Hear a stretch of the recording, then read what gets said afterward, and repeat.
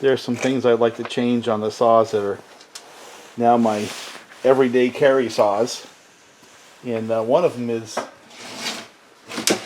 I'm going to start evolving this saw right here. This is the 48mm build that has that little red barn pop-up piston made by VEC in India. I guess there's another fellow carries them as well. You know, he's a member of the OPE forum, Dukes or something like that, I think his name is. But I've been really pleased with this saw, and I just like the way it runs. You know what it is? It's somewhere in between a 562 and a 372 in terms of weight and vibration, right? And that's why I like it. It's because as I get older and the joints complain, weight and vibration mean more and more. And this build starts easy, it restarts easy, it just idles beautifully, so I don't have to keep restarting it on the hillside. And it has a lot more power than a 562. It's got a lot more power than my modified 562. This thing here is just another whole level of power above that saw. Most of it in the low end, the torque, you know, even though the displacement isn't that much larger. This is a 65 versus just a little bit over 60. Just huge difference in power. And what would be really cool, I think, is to find one of the 372 chassis with a small mount bar, so I can actually get a lighter bar and chain combo, kind of like I did with the Ultimate Old Man saw, where I took that same concept of the 562, but blend this build with the smaller set of cases, lighter set of cases, low top and all the stuff I've done on this saw. That might be a really, really interesting build to do. You know, a very, very practical saw to carry around for an older fella, and something that the hobby types can replicate and be proud of, because the power it's going to produce is quite a bit more than what you'd expect. Now, I do have some issues with this saw. One is the fuel cap leaks, Chicom, and it's the Chinese cases, the Chinese cap, you know, Chinese handle. But I've been evolving away from some of those parts internally, because it's got an OEM crank, OEM flywheel, X-Torq carburetor, OEM intake boot, and of course it's an OEM 365 48mm cylinder. And the chain brake parts and oil parts, bar oil parts and stuff like that are OEM. And one of the things I have to change is this handle, because it's just flexible. I bend it, and I don't like it. I don't really have a good OEM handle, but this one here has been laying around the junk pile for a while, and nobody wants it because it once was a full wrap that somebody modified back to a more standard handle. Strong, so you know, I pull on it and I don't see any flex up there, so I think this handle is going to go on this saw, and that'll be its modification for the day. And I'm going to run down the Tractor Supply and get a couple of OEM fuel caps here and get rid of this junk that's on there, and just start picking through the little things that annoy me, you know, as this has become my work saw that may transcend just this season. I've decided I really like it. And when I need a little more power, I'm going to bring the XPW version of this saw, the one that I built out of John Thread 2171 set of cases. This saw and that saw really cover a lot of ground in terms of capability. So that's kind of where I'm going, is to start morphing these saws into ones that I can actually spend a day with.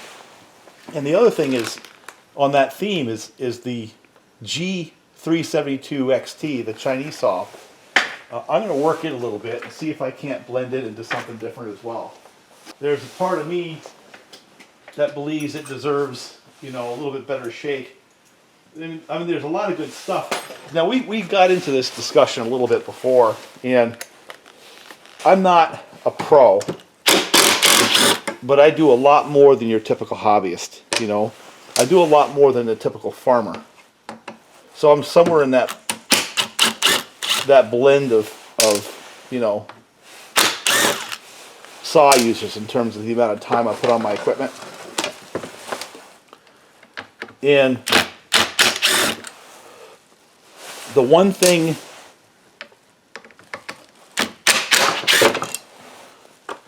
that I can tell you is that a lot of these aftermarket parts, they're actually suitable for what I'm doing. You know, so I changed the handle out on this saw to a used OEM, and it was once a full wrap handle that got cut down. You can see where they cut that right off. It'll work good enough for what I want, so I'm not as interested in the cosmetics. But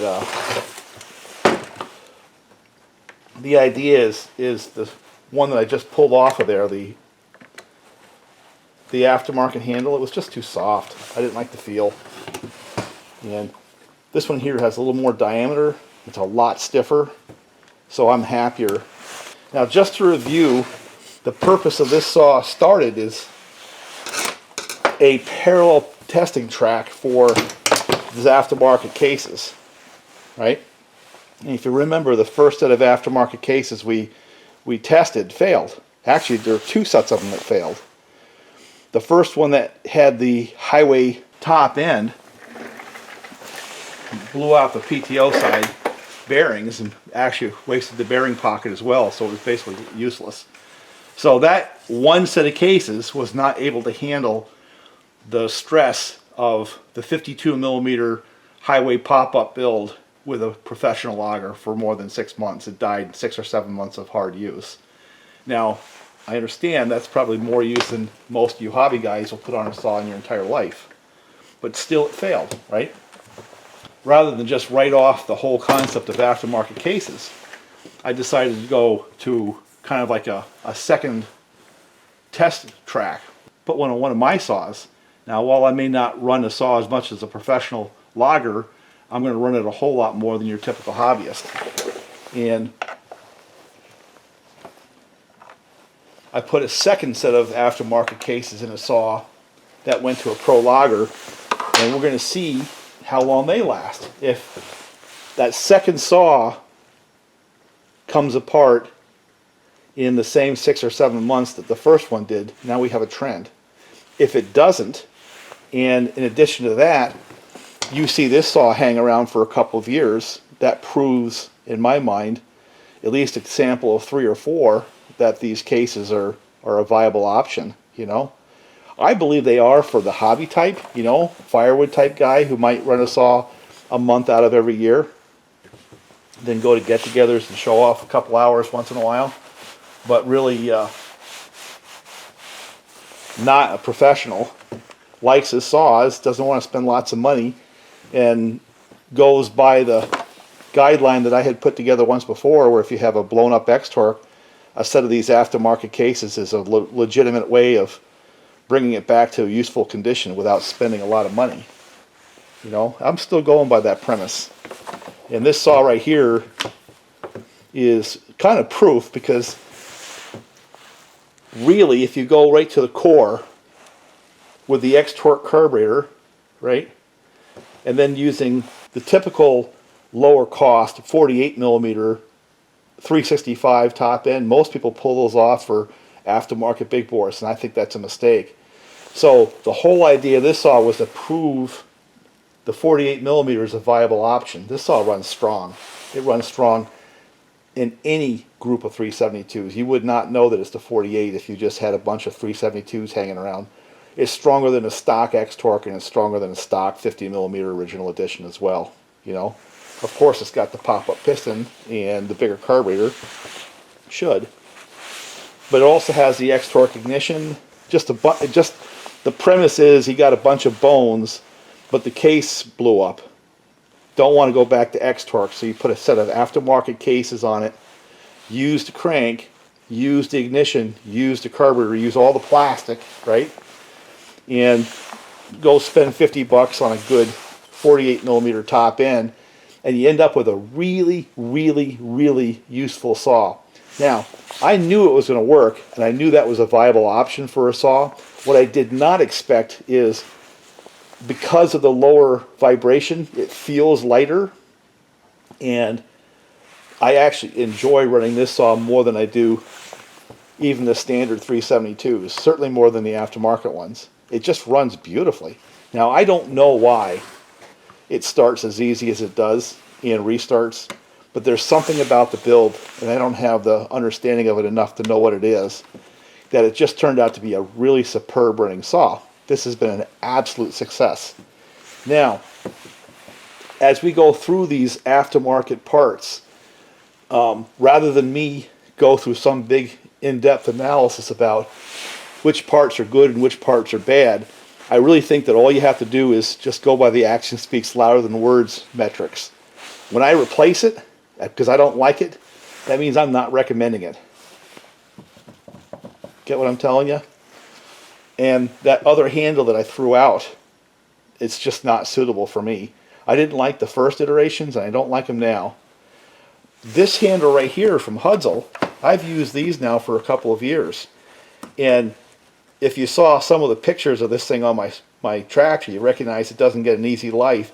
But here's the point. If it was a brittle plastic, this thing would have cracked a long time ago. It's been banged around in the back of the tractor on the 3-point for quite some time. I think that handle is a legitimate option. I really do. And I certainly like it better than what comes on the G372xt and XT. And since it rides on my saw and it rides on the 3-point, it gets a lot of abuse. It gets a lot of shock. It's getting run at very cold temperatures. So if there's a inadequacy in the materials, we're going to see it. So yet again, this tank handle and this set of cases is really what's left that's aftermarket on this saw. The rest of it's pretty much OEM. And these are two, I think, fairly common parts that a person would need to replace on an OEM saw, and then having these aftermarket options, if they are legitimately reliable, I think really really adds to the 372 experience. Even though they're aftermarket, I know people get upset about it, but I think this saw right here is case in point. I like it. The only other piece that I want to change is I might want to change the anti-vibe springs to the stiffer OEM ones. Other than that, this saw right here is really settled out into a solid saw. Getting rid of that handle that was bending on me was the last piece of the puzzle for me. Now it's just a matter of, does it hold together? Now, I don't know if that all makes sense. So let's move on to that saw for a second. Let me put a...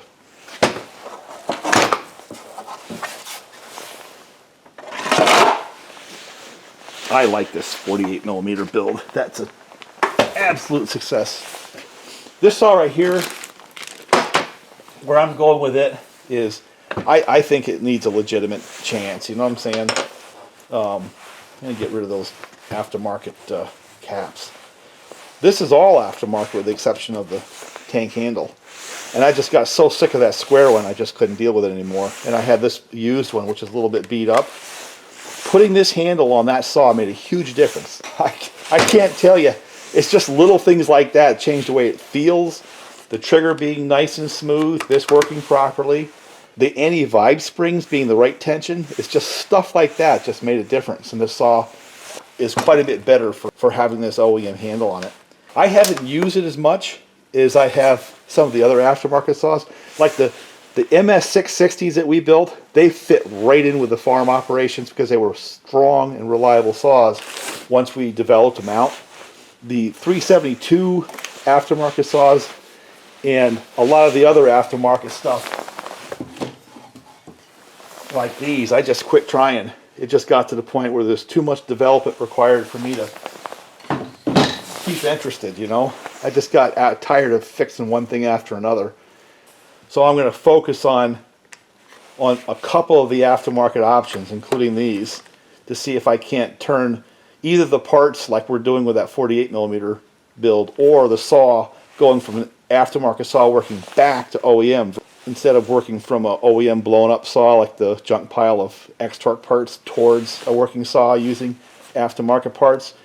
I want to start with a complete clone and work back and see if I can't get to the same point with a reliable saw. Hence the handle. That was the first thing I had to go. And just like I said with the 48mm build, rather than me go through some big long rant about what one part versus another, you see that part come off the saw, it's going to the trash, and it's doing that for a reason, because I don't like it. This handle right here, if I had an OEM junk handle, it would go on this saw. The same with these anti-vibes are too soft. Little things like that. But in the short term, what I want to do is put on the good OEM ignition system on this saw and see if that fixes some of the idling problems and starting problems that I've had with this saw over a period of time. So that's what I'm going to do with this one.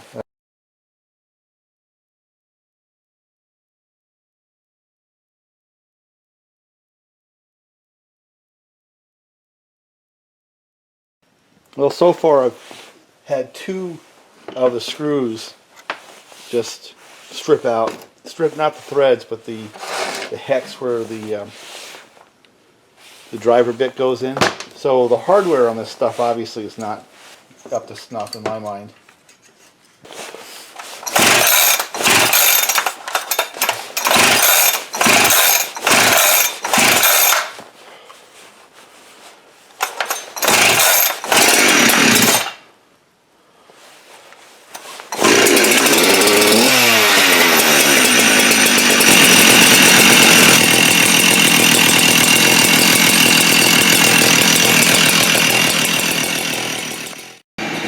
Okay, so we're going to let that idle in the background and see if it loads up and do the things that those X-Torqs used to do that annoys everybody.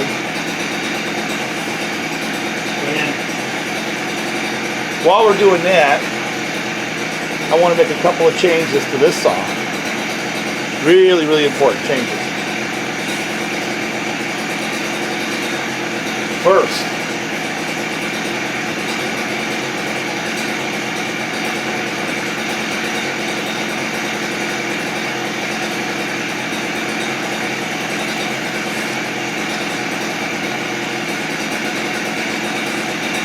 it has earned a sticker.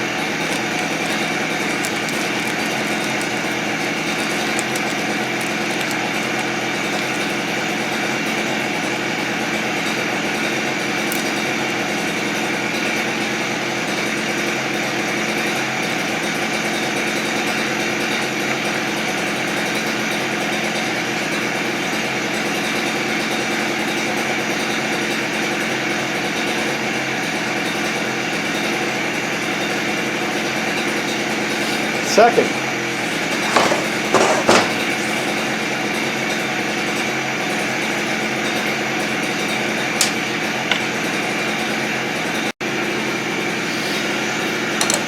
so I had to modify the bar. I drilled out the holes for the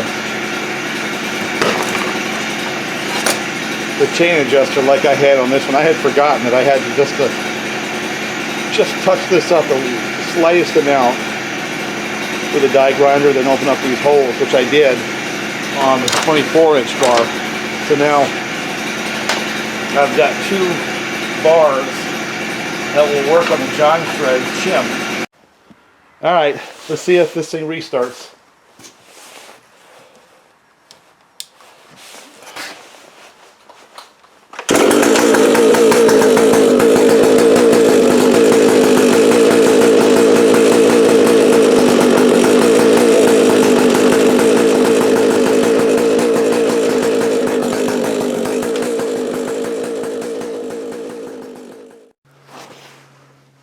Alright, I've been out doing a little bit of pole saw work and figured, well, here's that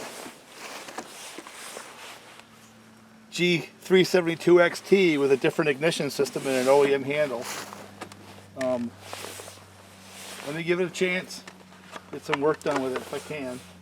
I've got a couple of branches I want to take down, and they're big enough to justify a real saw.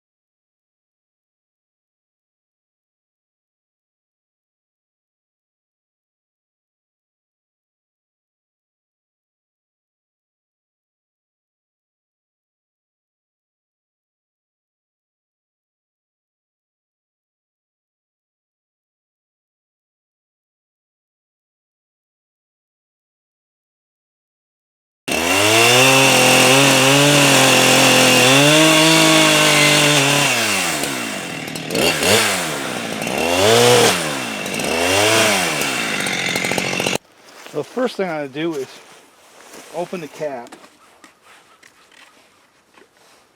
Look inside there. The reason I do that is if it's a tank vent issue, you'll hear it hiss a little bit as it opens, and I did not. And let's take a look at what's going on here.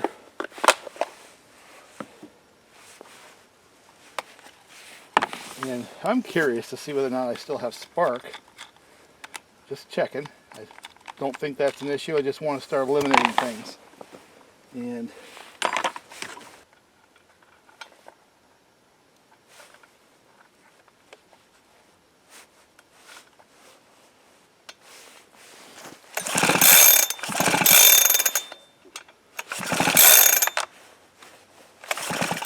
plenty of spark. Oh, look at that. Alright. I think I'm beginning to get an idea here. The pulse line is damaged. And the reason why the pulse line is damaged is because the air filter in here, you can see it rubbing right there. It's pushing down on the pulse line. And I do believe, I'll put a camera on it, I do believe that line is now broken.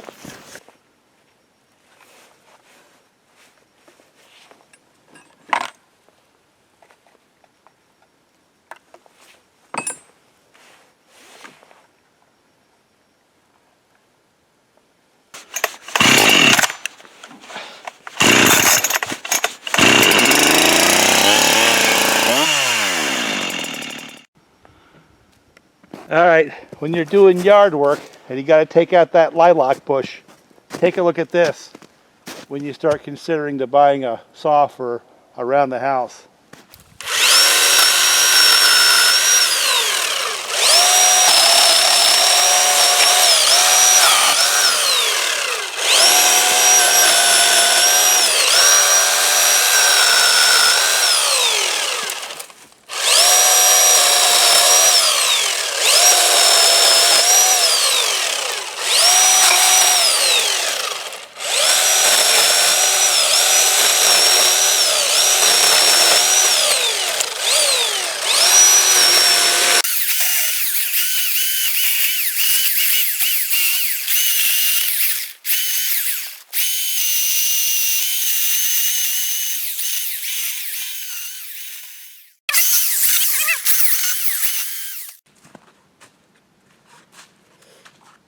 Problem with one of these damn things is once you get started, you don't want to stop.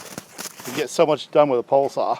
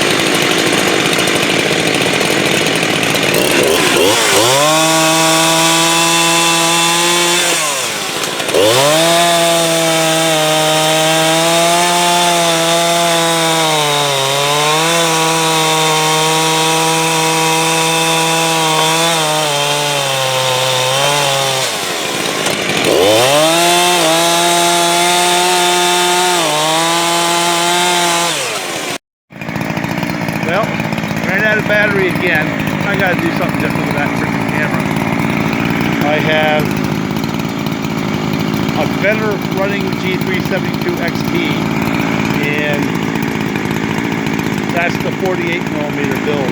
Both of them on aftermarket bases. The one to the right is mostly OEM, and the one to the left is mostly aftermarket. So what I'm going to do is I'm going to make a little stand by cutting a couple of slots into the wood, and then move that block a little out of the way, and see if I can't get some cookie cuts in so I can get a time.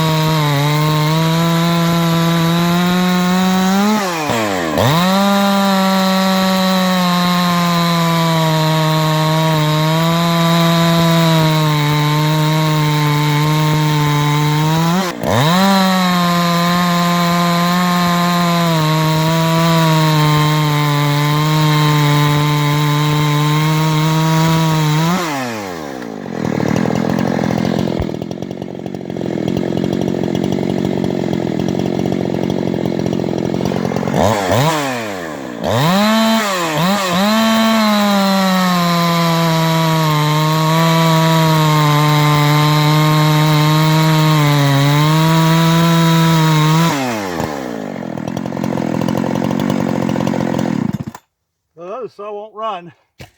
I'll try one more time. I'm kind of annoyed with that thing. Been fighting with it all day.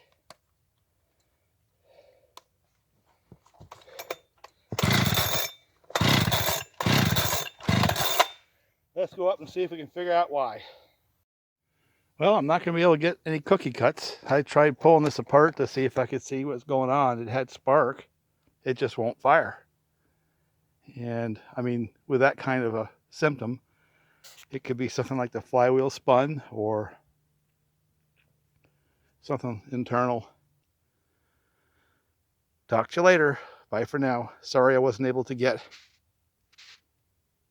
the cookies in. Maybe tomorrow, maybe another video, but I think this video I'm done. It's getting dark. I have to get out of here.